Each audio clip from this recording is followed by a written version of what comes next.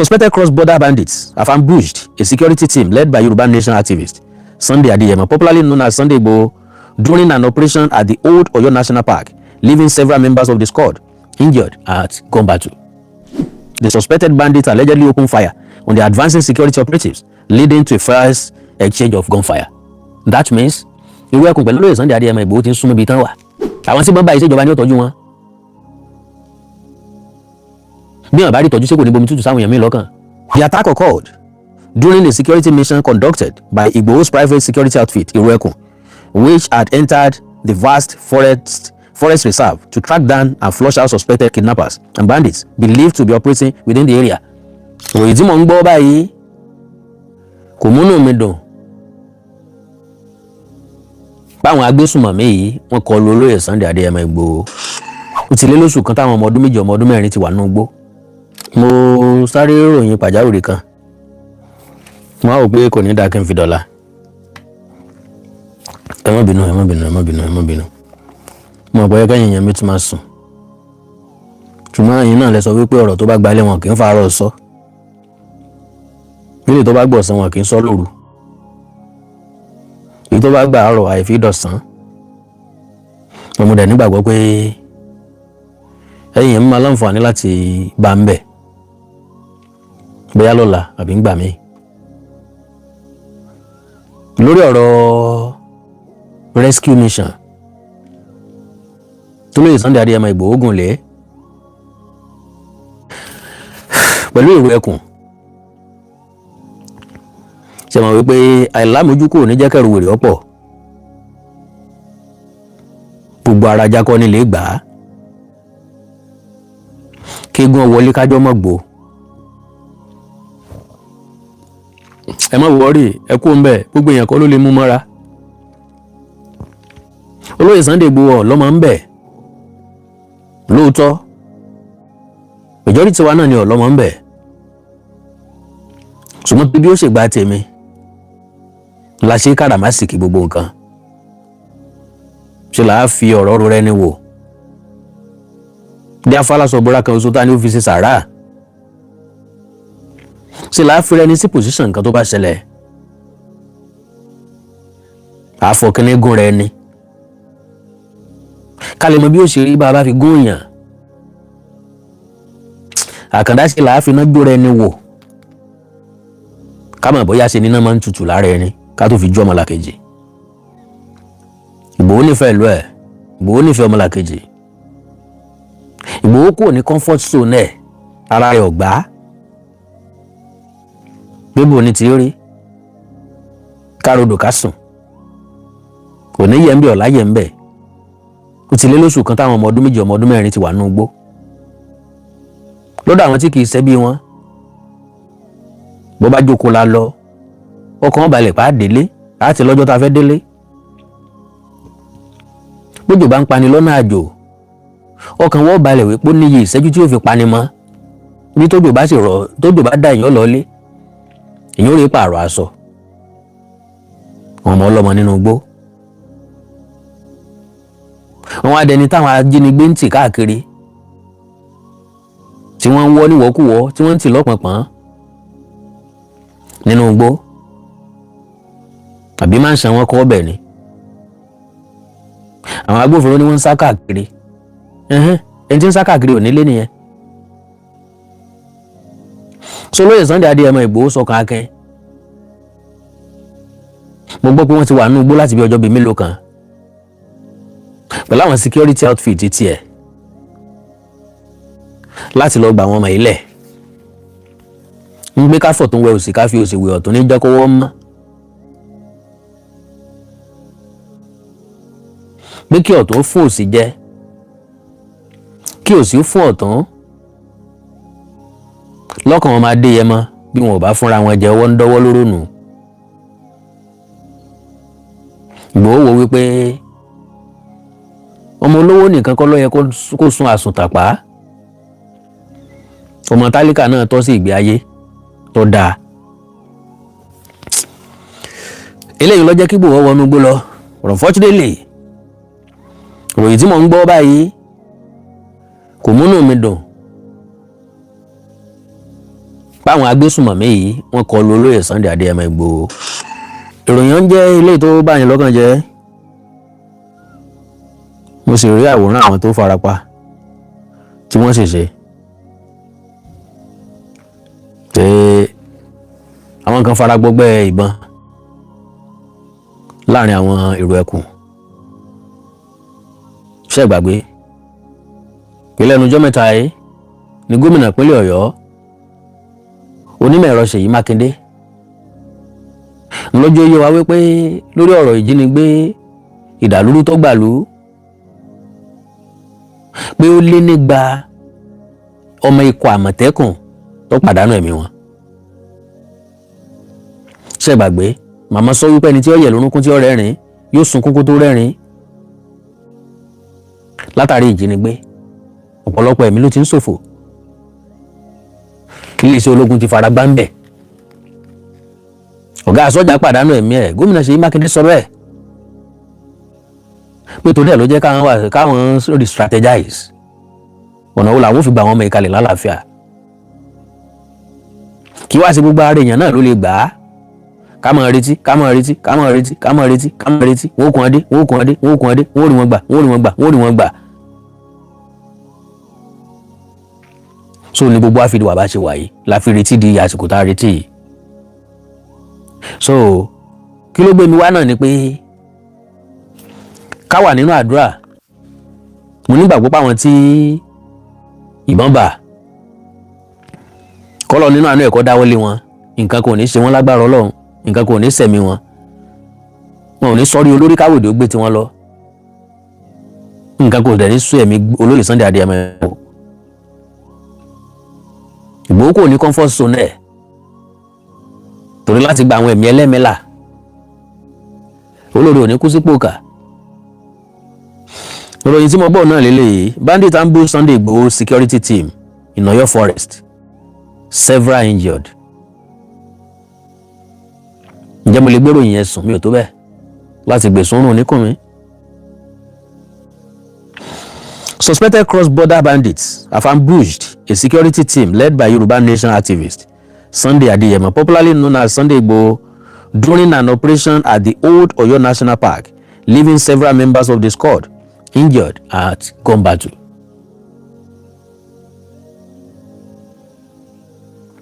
ìyẹn fi olóyè Sunday Adéyẹmọ Ìgbòho hàn gẹ́gẹ́ bí akin akọni lójú ìjà, like I always say, aràn ní bá ní débẹ̀ ni kò ní tì yín síwájú. And I do tell him, bọ̀dá ẹ̀mí yín làwa fi ń mí. bó bá lọ rálì tí ń bá lọ ẹ̀mí ẹ̀ ni mo fi mí lọ o. Ìgbòho wà ń bẹ̀ lọ jẹ́ kí n lọ o, méje dánrú ẹ̀wù bó bá sí ń bẹ̀. Sòkòlò nínú ẹ̀kọ́ bá dáwọ́ láwọn èèyàn yìí kí nǹkan kan mọ́ ṣe wọ́n kọ́lọ́ fún lálàáfíà ara tó péye. The attack occurred during a security mission conducted by Igboho's private security outfit, Iruekun, which had entered the vast forest reserve to track down and flush out suspected kidnappers and bandits believed to be operating within the area. Lemọ́lemọ́ ni Igboho ń jẹ lẹ́nu. Ẹja wọnú igbó lọ báwọn kìíní yìí ká lé wọn kó ń bẹ̀. Initially ká ní níbẹ̀rẹ̀ ní gọ́ọ̀mẹ̀ntì ti support wọn. Kò ní rí bó ṣe rí ìsà, kò ní rí bó ṣe rí ìmọ̀. Kí lọ́nà ìjọba àpapọ̀, kí lọ́nà ìjọba ìpínlẹ̀, ká fọwọ́ ìwọ lọ́wọ́ fi mọ́. Ọ̀tún gbọ́dọ̀ fún òsì jẹ́ kó sì ó fún ọ̀tún. Àpé security agent ò kójú òṣùwọ̀n. Ṣùgbọ́n always ńlá nílò ara wa. Ẹ̀gbọ́n Yorùbá ní ara ò lè dá àrà dá. Àfi tí ara bá fẹ́ dáràn lókù. Wọ́n ní ara ò lè dá àrà dá nílò ara wa. We need one another. Àwọn ọ̀jọ̀gbọ́n sọ wípé all hands must be on desk. Àgbègbè náà ṣe sọ, ẹ̀yin grammarian. So Ìgbòho kó ọ̀pọ̀lọpọ̀ ọmọ lọ́jọ́ ogun. Nǹkan ò gbọ́dọ̀ ṣe wọ́n. Gbogbo ọmọ tí àkàrà bá kó wọ́pọ̀ ní kó jáde padà. Lágbára Ọlọ́run. Kò sẹ́ni tó máa sọ́rí olórí nínú yín táwòdì ó gbé tiẹ̀ lọ. Because iṣẹ́ tí ò lówó oṣù kì í láfẹ̀yìntì. Kò sẹ́ni tó promise yín lówó, kò sẹ́ni tó promise yín salary. Ẹ̀mí yín lẹ fi jì. According to information made available after the operation, the security team deployed drones to identify criminal hideouts and gather intelligence on the movement of suspected armed groups inside the forest. Igboho ọlọ́lọ́wọ́ òfo pẹ̀lú àwọn ikọ̀ tí wọ́n jọ lọ. Wọn ò lọ lọ́wọ́ lásán, wọn ò lọ pẹ̀lú complaint. Wọ́n lọ pẹ̀lú drone. Kí wọ́n mọ ibi táwọn jàǹdùkú yìí wà. Wọn ò lè máa dúnkòkò mọ́ wá nílẹ̀ wa náà. Gbogbo àná kọ́ láyọ̀lẹ̀ gbogbo akọ́lá gbọ̀wọ́ lẹ́rán. Àwọn tán bá wá gbìyànjú tán jáde tán láyà. Kò sí nǹkan méjì tó yẹ ká ṣe fún ọjọ́ pé ká support wọn lọ. Ẹ ń bá sọ̀rọ̀ against wọn fẹ́ dààmú. Ó wà ní comfort zone ẹ. Tó bá sọ̀rọ̀ against wọn fẹ́ dààmú. So, however, the operation reportedly turned violent when the team encountered heavily armed men believed to be members of cross-border criminal networks. Kí ló ń pè ní cross-border criminal network? That is, àwọn tí ò kí ń ṣe tilẹ̀ yìí, tán wá láti bòmí. Gbogbo àwọn lákúráwá, gbogbo àwọn wọ́lọ́wọ́lọ́ àbí kí la pè é? Gbogbo àwọn sey malam tí wọ́n jẹ́ ikọ̀ afẹ̀míṣòfò tí wọ́n kóra wọn jọ ní north east àti north central àti north west ni wọ́n ń darí wá sí south west tán wá fi inú wọn gbóò tí wá ṣe bùgbé. Ìgbòho dẹ̀ ní kò sáàyè fún wọn ká flush wọn kúrò ń bẹ̀. Akíkanjú kan ò lè dógun sẹ́bí ọ̀bá sá láti lẹ́yìn fún. Akíkanjú ní Ìgbòho bó láti ṣàtìlẹ́yìn fún ó má tà. Àwọn tí wọ́n bá ìṣèjọba ní ó tọ́jú wọn. Bí wọ́n bá rí tọ́jú sí kò ní bomi tútù sáwọn èèyàn míì lọ́kàn. Sọ̀rọ̀ láti ṣe láì faragbọ́fà láì farapa. Sọ́jà gangan sí wọ́n farapa wọ́n gbọgbẹ́. Ọ̀pọ̀ àwọn sọ́jà lẹ́mí wọ́n ti ṣòfò lórí ọ̀rọ̀ jínigbé lórí ọ̀rọ̀ àwọn bandits yìí. So kẹ́nì kankan mọ̀ fi ẹnu ẹ̀gàn pé irú ẹkùn àbí Sunday Igboho. Àgótọ́ gbọ́n sásá ẹ̀bì tí mú wọn pa. Láwọn sọ́jà tí wọ́n ní every facilities tí wọ́n need. Tí wọ́n ní backing state government and federal government. Tí logistic wọ́n complete. Tó ní backbone. Tó ní root. Ambos group tó jẹ́ polóyè Sunday Adéyẹmọ Igboho ló kó wọn sòdí ló finance wọn. Àbárẹ́ ni tó repo sí mọ́tò wọn tán fi ń káàkiri ni. Sáré ni tó fún ọ lówó tó ra nǹkan sí wọn lọ́rùn tó ra ń jẹ lásán ránṣẹ́ sí wọn àbómi lásán. Gbogbo àwọn tán lọ yìí kò sọmọ kankan nu wọn náà àwọn ọmọ tán jí kó yò.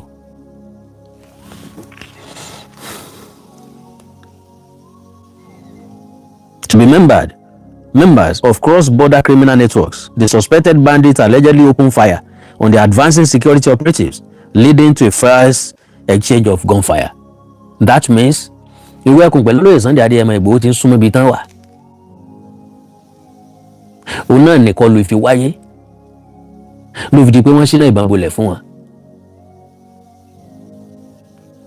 Ibi tó yẹ káwọn sọ̀rọ̀ jù àwọn ẹ̀gbọ́n wa tán ti lọ tipẹ́tipẹ́ káwọn ti dé. Several members of the Iruekun security squad were said to have sustained gunshot injuries during the confrontation, although the exact number of casualties was not immediately disclosed. The incident has once again highlighted growing concerns over the activities of criminal elements operating in forests and remote communities across part of the southwest region. Sáàmà wò wọ́n ràn ni. Wọ́n dé sí wa lọ́rùn sáàmà wò wọ́n ràn sáàkàwọ́ gbéra ni. Sáwà náà níjà fitafita bọ́n ti ẹ̀pà àyàn ìgbé èèyàn náà gbìyànjú. Adìẹ gan gbọ́dọ̀ okú ẹ̀ ó pò sí màálù gan ó kọ̀kọ́ gbìyànjú díẹ̀. Sólù àrẹ ọkàn wa ya sùn dọ̀wẹ́ kalẹ̀ ni. Wọ́n bá ti gbé dínà á sì wàá sùn kalẹ̀ dé gbé ohun tó ẹ mọ̀ rẹ̀ lọ. Confirming developments surrounding the attack, Oyo State Governor Seyi Makinde said preliminary investigations by state security agencies indicated that the assailants were suspected cross-border bandits. Agbọ́ pé suspected cross-border bandits ni wọ́n. Ṣé torí pé cross border yẹn dọ̀sí mi ìwé pàgbára ò lè ká wọn tàbí kò sọ́nà tá a fi lè mú wọn tàbí kò sọ́nà tá a fi lè ṣẹ́gun wọn tàbí kò sọ́nà tá a fi lè kojú wọn tàbí kò sọ́nà tá a fi lè bá wọn jà. kí ló dé tá a fún Sunday Igboho ní backup tó yẹ, ní backing tó yẹ, ní tí yóò jẹ́ ìwúrí àti kóríyá fún. ọ̀pọ̀lọpọ̀ volunteers ló support àwọn sọ́jà lókè ọ̀yà. Kí ló dé tí volunteers ò lè support àwọn sọ́jà ní south west? Sọ́jà nìkan ò lè dá sí àjọmọ̀, gbogbo àjọmọ̀ bẹ́ẹ̀. Kágbá ní kágbá lọ́nà bàtà fi dún, káwọn kan bá gba ìsàlẹ̀ wọlé, káwọn kan ó gbòkè wọlé, káwọn kan ó gbọ̀tún wọlé, káwọn kan ó gbòsì wọlé. Bá a ṣe lè ṣẹ́gun wọn nìyẹn. The governor noted that security agencies were continuing investigations into the incident and working to identify and apprehend those responsible for the attack. A ní ìdí kan apprehend wọn. Apprehension wọn kí ni yóò ṣe fún wa? Wọ́n bá mú wọn ní ìsìnkán fi wọ́n hàn wá kí láti sásùn wọn jẹ ni. Àní kí wọ́n ṣe láyé hyperbole sínú gbóǹbẹ̀. Àní kan kó wọn jáde, àní kó wọn jáde náà. Ẹ̀yanjú wọn ẹgbọ́ ọmọ jáde ní tá a sọ fún yín nìyẹn. Ogún ọdún lẹ́yìn ìpìlẹ̀ wèrè.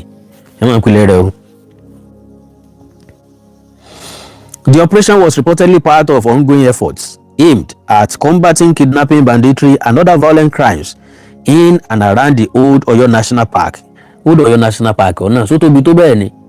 Kí la wá ń fi ṣe láti ẹjọ́ yìí? Kí ló tá a fi dáko? Kí ló tá a fi sọ̀gbìn? Kí ló tá a clear gbogbo tó wà lára àdéhùn? Gómìnà kan ló clear 1 million hectares of land. Governor of Niger State ó gbé katakata ó bònú 1 million hectares of land. Wọ́n fi dáko. Ilẹ̀ ń bẹ ní Old Oyo National Park ń bẹ yẹn. Ẹ̀dẹ̀ fílẹ̀ ní gbó kìjikìji. Wọ́n wá sọ bẹ̀ díbi tán ti ń jiyàn gbé. Ìjọba ìpínlẹ̀ Ọ̀yọ́ ò lè fi dáko. Kí wọ́n gbé nǹkan bẹ̀ lọ kí gbogbo bẹ̀ ọmọlẹ̀ lọ. Ọlọ́run ràn wá lọ́wọ́. Ìjọba ìpínlẹ̀ Ọ̀yọ́ nìkan kọ́, ìjọba ìpínlẹ̀ Ọ̀ṣun, ìjọba ìpínlẹ̀ Oǹdó, ìjọba ìpínlẹ̀ Èkìtì, gbogbo àwọn gbó tó wà nílẹ̀ yìí kí la fẹ́ fi ṣe? Báwọn kan bá sọ pé ilé àwọn ni ẹ sọ fún wọn wípé kán fi ṣe nǹkan kan, tí wọ́n bá dẹ̀ fi ṣe nǹkan kan kán jọ̀wọ́ ẹ̀ fúnjọba. Bá àwọn tó fẹ́ sápamọ́ sínú igbó tí wọ́n bá rí ibi sápamọ́ sí kò síbi tán fẹ́ gbé èèyàn wọ̀. Tí nígbà tí èèyàn bá yọ páàtì lára mọ́tò tó bá rí ẹni tí ó tà fún tí ó fi sí mọ́tò tiẹ̀ ní ó tó jí ní ó tó máa jí lemọ́lemọ́.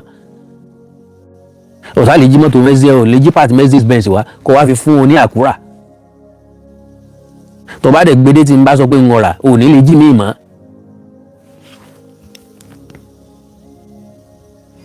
Eyewitness accounts. Okay. Old Oyo Park, an area that has repeatedly been linked to criminal activities in recent years. Tó bá jẹ́ ìjọba tó nírònú dáadáa. Ibi tí wọ́n ti ń link mọ́ criminal activities in recent years. Ó túmọ̀ sí pé kì í sọdún yìí nìkan. Láti wá nǹkan kan fi ṣe. Ẹ̀ ń ká ilé tẹ́ ti ń bá àwọn ajínigbé ẹ̀ ń wò. Inú igbó tẹ́ ti wá ń gbọ́ pé wọ́n ń jiyàn bí wọ́n ń kó àwọn èèyàn lọ síbẹ̀ kò sí nǹkan tẹ́ fẹ́ ṣe sóhun. Oko etílé ládìẹ lè ro, oko ẹsẹ̀ kúkú ládìẹ lè nìyẹn. Ilé yára yín lára láti wó láti bìlú lẹ̀ láì máìndì ẹni tó nílé. Tó jẹ́ pé àwọn tó jiyàn gbé wọ́n rẹ̀ǹtì ibẹ̀ ni ẹ sáré bìlú lẹ̀. Inú igbó tán ti ń jiyàn gbé lòún lọ sálálú yìí. Èmi rò pé ẹ ti kó katakata ńlá tì í ní lórígun mẹ́rẹ̀ẹ̀rin ẹ̀ pé kán sàmọ́ bóònù ẹ̀ lọ tó bá tó sáà kan ẹ̀ débi táwọn èèyàn wà. Eyewitness accounts shared on social media indicated that drones were actively deployed during the operation to scan difficult terrain and identify possible criminal camps hidden within this forest. Security analysts say the use of area surveillance technology reflects the growing reliance on intelligence-led operations in tackling insecurity, particularly in dense forest environments that often provide cover for armed groups. Inú igbó tó bá kí, God bless you sir, Mr. Adedoyin Adeyiga, God bless you sir, mi ní wáyé tì. Inú igbó tó kí, inú igbó tó dí, òun náà làwọn èèyàn ráàyè sápamọ́ sí. Ibi tó bá dílẹ̀ fún máa ń dúró sí, ibi tó bá di láyàn máa ń ráàyè sápamọ́ sí, ibi tó bá mọ́ kò sí ibi tí ó dúró sí ńbẹ̀. Bẹ́ẹ̀ bá kunlé funfun, bẹ́ẹ̀ fún bá dúró sáré ẹ̀ tètè identify ẹ̀, òun kó tètè mọ̀ pé tètè róhun, yóò sáwọ́ gbogbo mi lọ. Nígbà táwọn èèyàn kò rí bì kan dúró tó jẹ́ pọ̀dọ̀ tiwa wọ́n wá ń rọ̀gbọ̀ kúlé. Ọjọ́ mélòó láṣẹ lè dà, Ọlọ́run ràn wá lọ́wọ́. Farm grows. As investigations continue, residents of communities surrounding the park have called for increased collaboration between security agencies and local vigilante groups ẹ jẹ́ á rí Sunday Igboho àti ìró ẹkùn gẹ́gẹ́ bí one group of local vigilante group. Let's give them the support they needed. Yes, ẹ já rí wọn ní ìrírí pé ókè o, ẹ já mọ́kàn kúrò níbi pé ìró ẹkùn ni àbí Sunday Igboho ni, ẹ já gẹ́gẹ́ bí ìsọ̀wọ́ vigilante kan, because ìrànlọ́wọ́ tí wọ́n lè ṣe fún yóò ṣe kékeré o. Yorùbá ní àìrẹ́ ní ìrànlọ́wọ́ kápẹ́ ọ̀run wọ ni. Wọ́n wá ní àkì lágbára tó kékeré sì kejì ẹni. Kò fẹ́ gbòòrò lódò, ọmọ èké ní bẹ́ẹ̀ ìwọ gangan ti gbé omi yẹn sórúnkún, ọmọ yẹn wá bọ̀ tí dórí, ṣé wọn nìkan lè dà tì? Kò gbẹ́rù mẹ́ta kalẹ̀ ọ̀fọwọ́ gbé méjì, ọmọ kékeré kan wá bọ̀ gbé kan, ṣé wọn nìkan lè dá gbé? Ìwọ̀nba tó gbóhùn náà tí kò nu tó fẹ́ gbé. So ó túmọ̀ sí pé olóyè Sunday Adéyẹmọ Ìgbòho pẹ̀lú ìró ẹkùn ìrànlọ́wọ́ ńlá ni wọ́n ṣe fún ìjọba. Ẹ jẹ́ á gbàgbé oríṣiríṣi ọ̀rọ̀ táwọn èèyàn ń sọ káàkiri, ẹ jẹ́ á mú ìwúlò wọn lò.